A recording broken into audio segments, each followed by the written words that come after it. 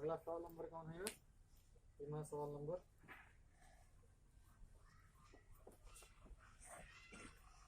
3 के तीसरा। 3 के तीसरा।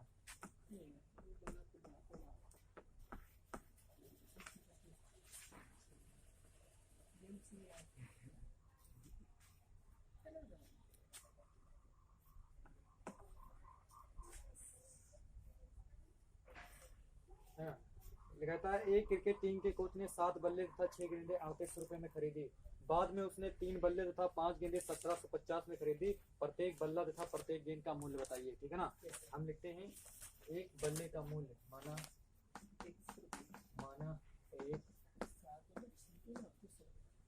एक बल्ले का मूल्य बराबर x रुपए मान लिया। ठीक। और एक गेंद का मूल्य माना एक गेंद का मूल्य बराबर y रुपए, है ना, y रुपए। उसने 3 बल्ले तथा 5 पहले उन्होंने क्या 7 बल्ले खरीदे तथा 6 गेंदें खरीदी। ठीक है ना। यानी कि एक का मूल्य कितना है? एक बल्ले का मूल्य क्या x रुपए है ना। तब 7 बल्ले का मूल्य कितना होगा?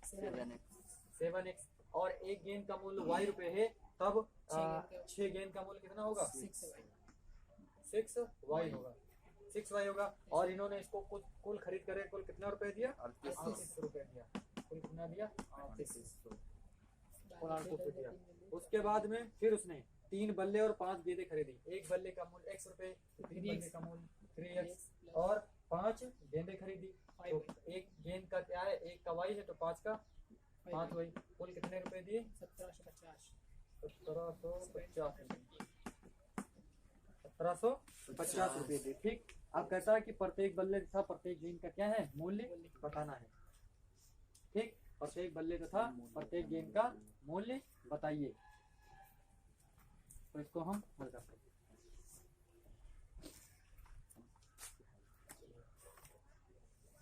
चलिए हम लिखते हैं। ये समीकरण हम क्या मान लेते हैं? 1। और इस समीकरण को हम क्या मान लेते हैं? 2। देखेंगे समीकरण 2 से।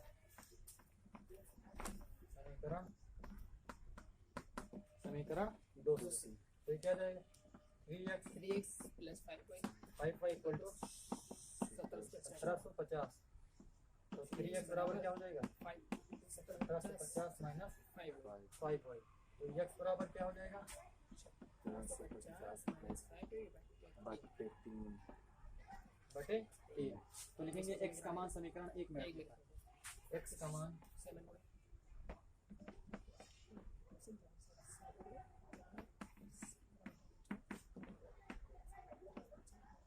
x का मान समीकरण 1 में रखने पर। तो समीकरण 1 में मान रख देते हैं। यहाँ पर हम क्या रखेंगे? 7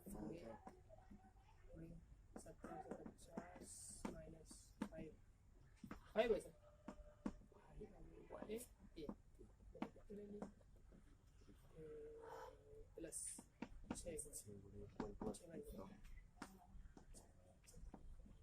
3800। ठीक। तो अंदर गुणा कर लेते हैं। 7 सोनम 7 25 35 7 सते 49 7 49 3 52 है ना। 7 के 9 7 7 5 12 7 सोनम 7 25 35 के 5 और 7 सते 49 49 3 52 है ना। 49 3 52 और 7 के 9 7 7 5 12 माइनस 7 25 35 बटे 3 प्लस इक्वल टू 3800। ठीक। तो अब क्या करेंगे?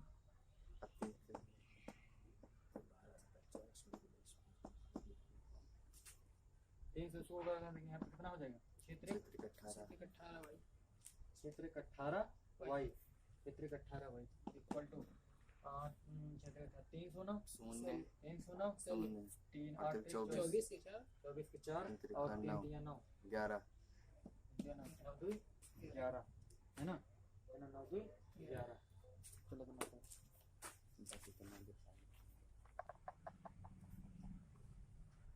अगला ये कितना है? 12 50 माइनस 35y प्लस 18y 11 1000। तो ये 18y में से ये कितना 35y, कितना y है 35y है। तो 35y में से 18y चला जाएगा, कितना बचेगा 10 5 15 8 7 15, कितना बचेगा और यहाँ पर कितना बचेगा 17 है ना, 17y माइनस का 17y है ना। 8 7 15 के 5 1 1 2 1 3 17 इक्वल टू क्या हो जाएगा 11 400। इसको भी हम इस तरफ भेज देते हैं 12 250 है ना। तो माइनस का 17y इक्वल टू, इसको घटा लेते हैं है ना, इसको ये कितना हो जाएगा यहाँ पर 850। तो भी ये क्या होगा माइनस का, बड़ी संख्या ठीक है, ये माइनस कर देंगे। तो 17y बराबर 850, तो 17 पचे 85, तो y बराबर कितना हो जाएगा 50। अरे 5 35 के 5 और 5 का नाम 5 5 3 8 है ना। तो y का मान कितना आया 50। तो y का मान से निकल जाता है।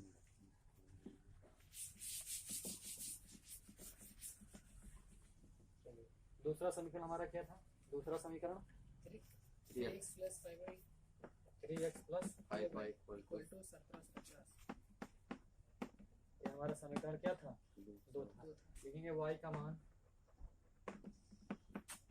y का समीकरण, y का मान समीकरण 2 में रखने पर, तो 3x plus 5 गुणे 50 इक्वल टू कितना हो जाएगा 1750। 3x प्लस 5 बचे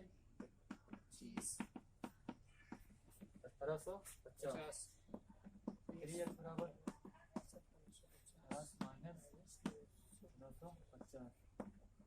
3x बराबर कितना हो जाएगा ये 1750 और 250। 0 0 साथ में से 2 गया 5 और ये कितना हो जाएगा ये 1500। x बराबर 1500 बटे 3, तो कितना 3 पचे 15 500 हो जाएगा ना। तो x का मान कितना हो जाएगा, इसका मान 500, यानी कि x का मान 500, y का मान 50 तो इसमें देखिए कहता है कि एक नगर में टैक्सी के भाड़े में एक नियत भाड़े के अतिरिक्त एक नियत भाड़ा है। जैसे हमें यहाँ से कहाँ जाना, चौराहा जाना है, यहाँ से चौराहा जाना है, तो एक नियत भाड़ा उतना, मतलब अगर 10 रुपए कह दिया वो नियत भाड़ा 10 रुपया तुम्हारा पड़ी, मतलब वो तो पड़बे ही करी, यानी नियत भाड़ा 10 तो पड़बे ही करी। प्लस अगर यहाँ से जितने किलोमीटर है, यहाँ से जो 7-8 किलोमीटर है ना चौराहा है ना, तो ये जितने किलोमीटर है उतने किलोमीटर का रुपया दियो, प्लस जो नियत भाड़ा है वो का रुपया दियो। 10 रुपया नियत भाड़ा, तो 10 रुपया तो तुमका देना है, प्लस जितना किलोमीटर है उतने किलोमीटर का भाड़ा तुमका देना है, मतलब यह चीज ये कह रहा है ठीक है ना। जैसे भाड़ा यहाँ से 1 किलोमीटर का 5 रुपया है, 1 किलोमीटर का 5 रुपया है। अब चौराहा जाना है, जैसे 8 किलोमीटर है तो कितना हो जाए 8 पंचे 40 रुपया हो जाए, और 10 रुपया तुम्हारा नियत भाड़ा 10 रुपया तुमका देना है वहाँ, तो कितना हो जाए टोटल 50 रुपये। कितना हो जाए 50 रुपये हो जाए। तो देखिए हम मान लेते हैं इसमें दिया नहीं है, ना नियत भाड़ा दिया है और ना प्रति किलोमीटर भाड़ा दिया है, तो हम मान लेते हैं माना नियत भाड़ा,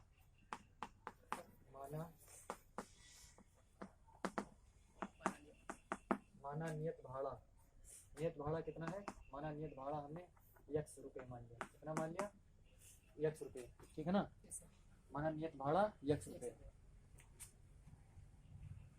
प्रति किलोमीटर, प्रति किलोमीटर का भाड़ा, प्रति किलोमीटर का भाड़ा भी नहीं मालूम है, हम इसको मान लेते हैं y रुपये। कितना रुपये मान लेते हैं y रुपये मान लेते हैं, यानी कि 1 किलोमीटर का वो y रुपये देगा और एक नियत भाड़ा उसके साथ तो हमेशा जुड़े रहेगा, यानी कि यक्स जो है, यानी कि अगर हम चौराहा जाए थे तब भी जो है जहाँ से जाएं, अगर हमें और कहीं और जाना, लखनऊ जाना है तो उसका भी एक नियत भाड़ा होगा, जो नियत भाड़ा उसको देना पड़ेगा, प्लस जितने किलोमीटर यहाँ से जाओगे उसका भी रुपया देना पड़ेगा। यानी कि इसके हिसाब से इका तो तुमका देना है, इका देना है, और प्लस इका जो जो कैलकुलेट करके उसका देख पड़ी। फिर मैं कह रहा है कि एक नगर में टैक्सी के भाड़े में एक नियत भाड़े के अतिरिक्त चली गई दूरी पर भाड़ा सम्मिलित किया जाता है। 10 किलोमीटर की दूरी के लिए भाड़ा 105 रुपये है। 10 किलोमीटर की दूरी के लिए 105 रुपये है, तो 105 रुपये, ठीक है ना। तो एक यानी कि पहले हमें नियत भाड़ा देना है, नियत भाड़ा यक्स लिखेंगे, नियत भाड़ा क्या लिखेंगे, 10 किलोमीटर जाना है, लेकिन एक नियत भाड़ा यक्स है उसका तो हमें देना है, ठीक है ना। और अगर 1 किलोमीटर का यानी कि नियत भाड़ा कितना, यक्स रुपये हमें देना है, यक्स रुपये तुम्हें पक्का देना है। प्लस कहता है कि 10 किलोमीटर जा रहा है, इसमें क्या कह रहा है कि 10 किलोमीटर की दूरी के लिए, यानी कि 1 किलोमीटर के 71 रुपये हम दे रहे हैं, 1 किलोमीटर के 71 रुपये दे रहे हैं, 1 किलोमीटर का वाई रुपये यहाँ दे रहे हैं, 1 किलोमीटर के 71 रुपये दे रहे हैं वाई किलोमीटर, और 10 किलोमीटर हमें जाना है तो कितना रुपए देंगे, 10 वाई देंगे यार। 1 किलोमीटर का वाई है तो 10 किलोमीटर कितना हो जाएगा, 10 वाई। तो यहाँ कितना लिखेंगे हम, 10 वाई। और इन दोनों का मिला के कितना रुपया टोटल बनी, 105 रुपये। इन दोनों का अगर मिला दिया जाए तो कितना रुपया बनना है, 105। देखो कैसे समीकरण बना। एक नियत भाड़ा तो तुमका देना है, नियत भाड़ा एक हमने मान लिया है ना, और प्रति किलोमीटर का भाड़ा वाई मान लिया है। इमा दिए नहीं है तो प्रति किलोमीटर का भाड़ा कितना है, वाई है। अब कह रहा है कि 10 किलोमीटर जाना है, उसका 10 किलोमीटर जाना है, तो 1 किलो का नियत भाड़ा तो देख पड़ी ना, नियत भाड़ा साथ में लगी कि 10 किलोमीटर जाओ, 75 किलोमीटर जाओ, नियत भाड़ा देना मैं कह रहा है कि नियत भाड़ा तुमका देना, नियत भाड़ा तो हमने इसको दे दिया, नियत भाड़ा यहाँ, यानी कि यू रुपया आए तो इन सबका कीमत बदले पड़ी, रुपये में बदले पड़ी ना, रुपये में तो 105 रुपये तो है, तो इसके बराबर और रुपये में करियो तो फिर पता चली यू, तो यू यक्स का है, यक्स रुपया, यानी कि नियत रुपया आया देना है ना। इतना रुपया तुमका देना है, तुम 10 किलोमीटर ही जा रहे हैं, लेकिन 70 रुपया तुमका देख पड़ी ना, यक्स रुपया का तो देख पड़ा यहाँ, प्लस यानी कि आप 10 किलोमीटर जा रहे हैं, 1 किलोमीटर का हमने मान लिया कितना रुपया, वाई रुपया, तो 10 किलोमीटर का कितना रुपया, 10 वाई रुपया, तो ये पूरा रुपया बन गया ना, तो यू रुपये के बराबर रुपया है ना। तब अब आगे क्या कह रहा है कि 15 किलोमीटर के लिए भाड़ा, एक नियत भाड़ा तो देख पड़ी इनका ना, 15 किलोमीटर जाए जहाँ 25 किलोमीटर जाए, नियत भाड़ा इनका देख पड़ी, नियत भाड़ा इनका 100 रुपया, नियत भाड़ा 100 ही हुआ, प्लस आप कितना किलोमीटर जा रहे हैं, 15 किलोमीटर जा रहे हैं, तो 1 किलोमीटर का भाड़ा हमका पहले जब 1 किलोमीटर मालूम है तो 15 किलोमीटर का दे हो, तो 1 किलोमीटर का कितना रुपया है, वाई, तो 15 किलोमीटर का 15 वाई। अब इन दोनों का अगर दोनों मिला दिया तो कितना रुपया टोटल दे दिया, कितना 155।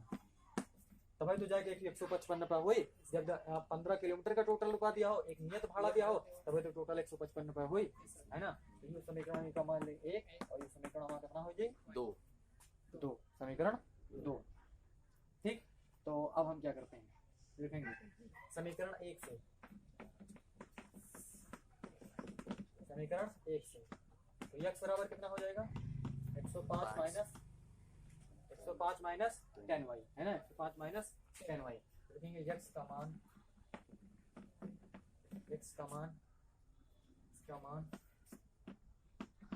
समीकरण 1 में रखें, समीकरण 2 में रखें, x का मान समीकरण 2 में रखने पर है ना, समीकरण 2 में रखने पर x का मान रख देते हैं। यहाँ पर कितना हो जाएगा, यहाँ पर 105 माइनस 10y प्लस कितना हो जाएगा, ये 10y, ये कितना है 15y,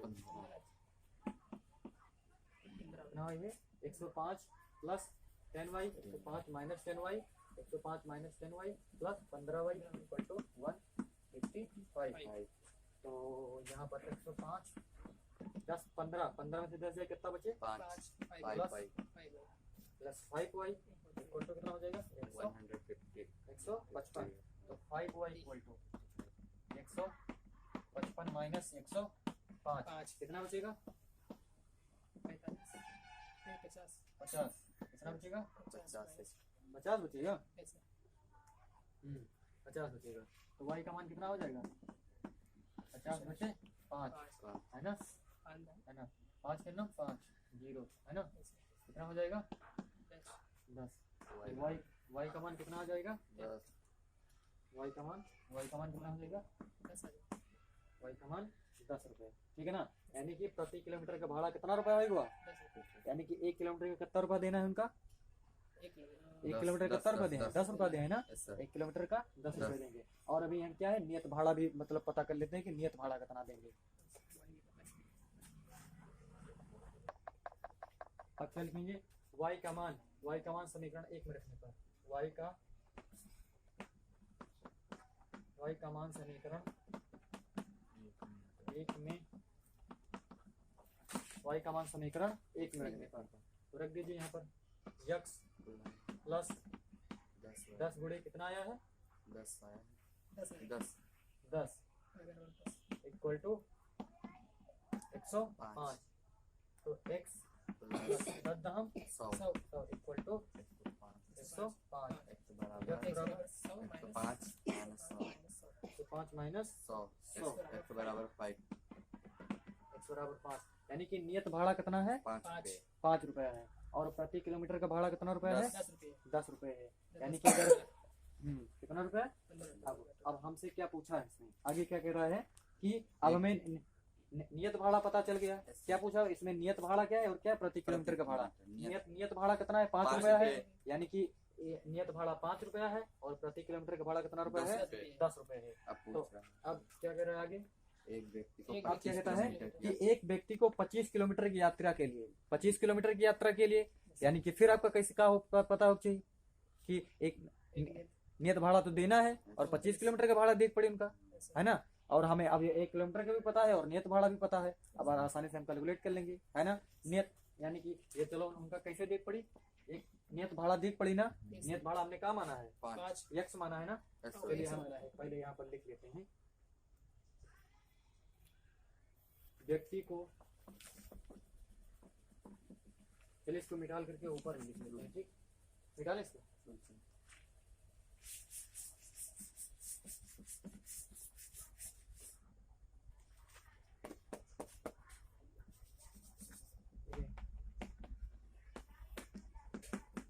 व्यक्ति द्वारा 25 किलोमीटर यात्रा के लिए दिया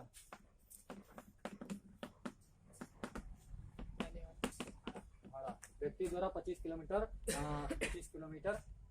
यात्रा के लिए दिया जाने वाला भाड़ा, कैसे एक नियत भाड़ा देना पड़ेगा उनका, नियत भाड़ा एक से देना पड़ेगा प्लस और 25 किलोमीटर का 1 किलोमीटर का कितना रुपया देना है उनके y रुपये देना है, तो 25 किलोमीटर का 25 y।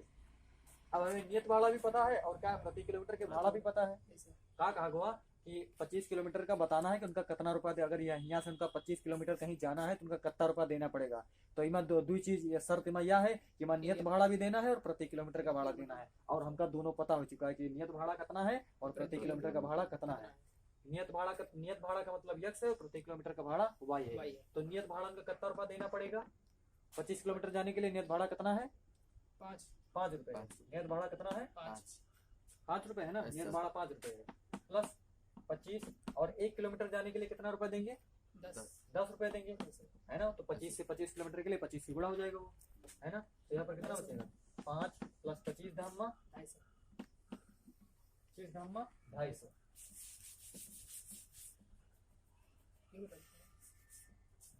तो यहाँ पर कितना हो जाएगा ये 255 रुपए, यानी कि अगर वो 25 किलोमीटर जाएंगे तो उनको कितना रुपया देना पड़ेगा 255 रुपए।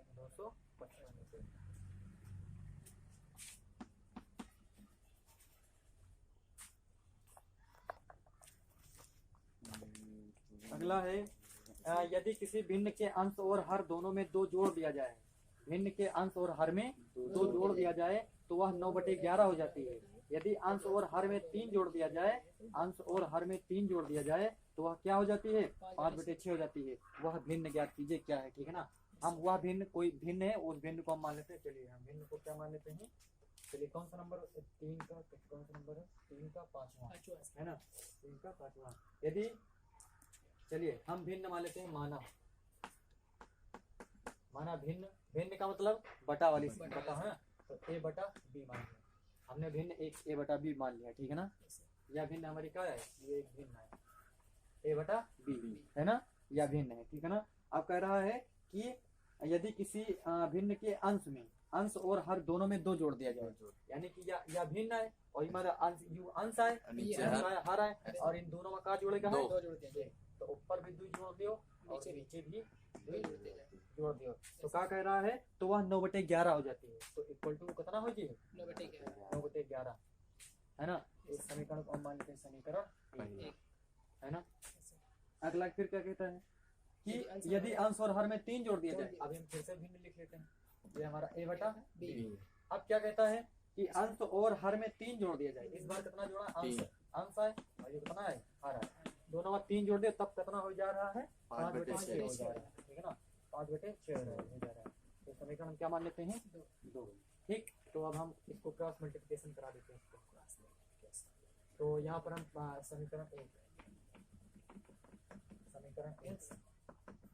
ये कितना हो जाएगा 11 चलिए हम पहले लिख ही देते हैं, a + 2 upon b + 2 equal to 9/11, तो 11 कितना हो जाएगा 11 प्लस 11 दूनी 22 इक्वल टू 9b है ना, 9b प्लस 9 दूनी 18, तो ये कितना हो जाएगा 11a minus 9b equal to 18 minus 22, 11a minus 9b कितना हो जाएगा 18×4 22, कितना हो जाएगा 18×4 22, 11a, ठीक है ना, 11a 11 दूनी 22 और 9b और प्लस 9 दूनी 18, 11a इसको हम इस तरफ ले आए माइनस 9b इक्वल टू 18 और माइनस 22 और यहाँ पर कितना बचेगा माइनस का 4, 11a माइनस 9b, ठीक है ना। अब हम लिखेंगे समीकरण 2 से, इसको मान लेते हैं समीकरण 3, not enough this space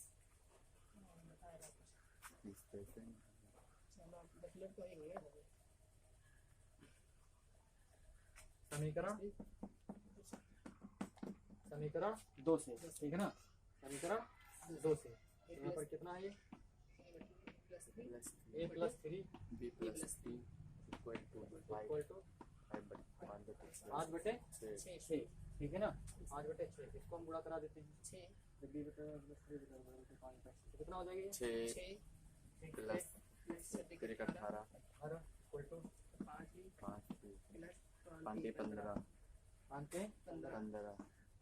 15 6a minus 5 है b इक्वल टू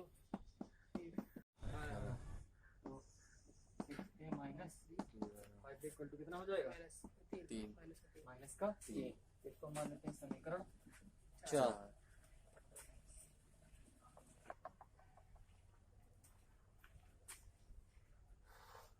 तो क्या बच रहा है यहाँ पर समीकरण इसको 3 और समीकरण को 4, यानी कि 11a minus 9b equal to -4 और समीकरण 3 6a minus 5b 5b equal to minus का 3, 3 4,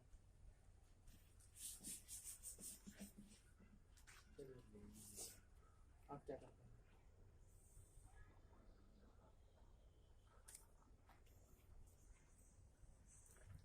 समीकरण 4 से, समीकरण 4 से 6a minus 5 equal to minus का 6a इक्वल टू कितना हो जाएगा माइनस का 3 प्लस 5 का 3, तो a बराबर क्या हो जाएगा कितना हो जाएगा 6 हो जाएगा, a का मान समीकरण 1 में रखेंगे, a का मान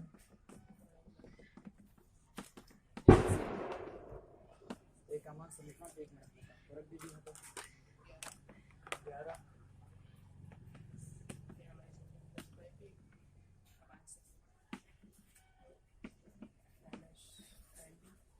समीकरण 1 क्या है समीकरण 3 माइनस का 4, तो कितना हो जाएगा माइनस 3 11 3 और 11 25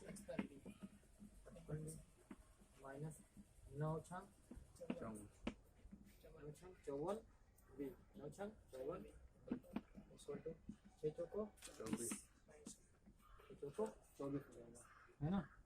माइनस 54 बी 9 छंग 54 बी 11 25 तो यहाँ पर कितना हो जाएगा ये, है ना।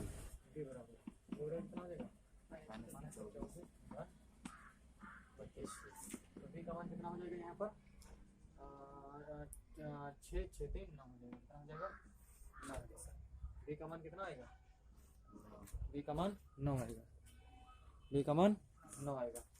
तो यहीं से हम किसका मान निकाल लेते हैं, ठीक। लिखेंगे बी का मान समीकरण 4 3 में रखने पर, बी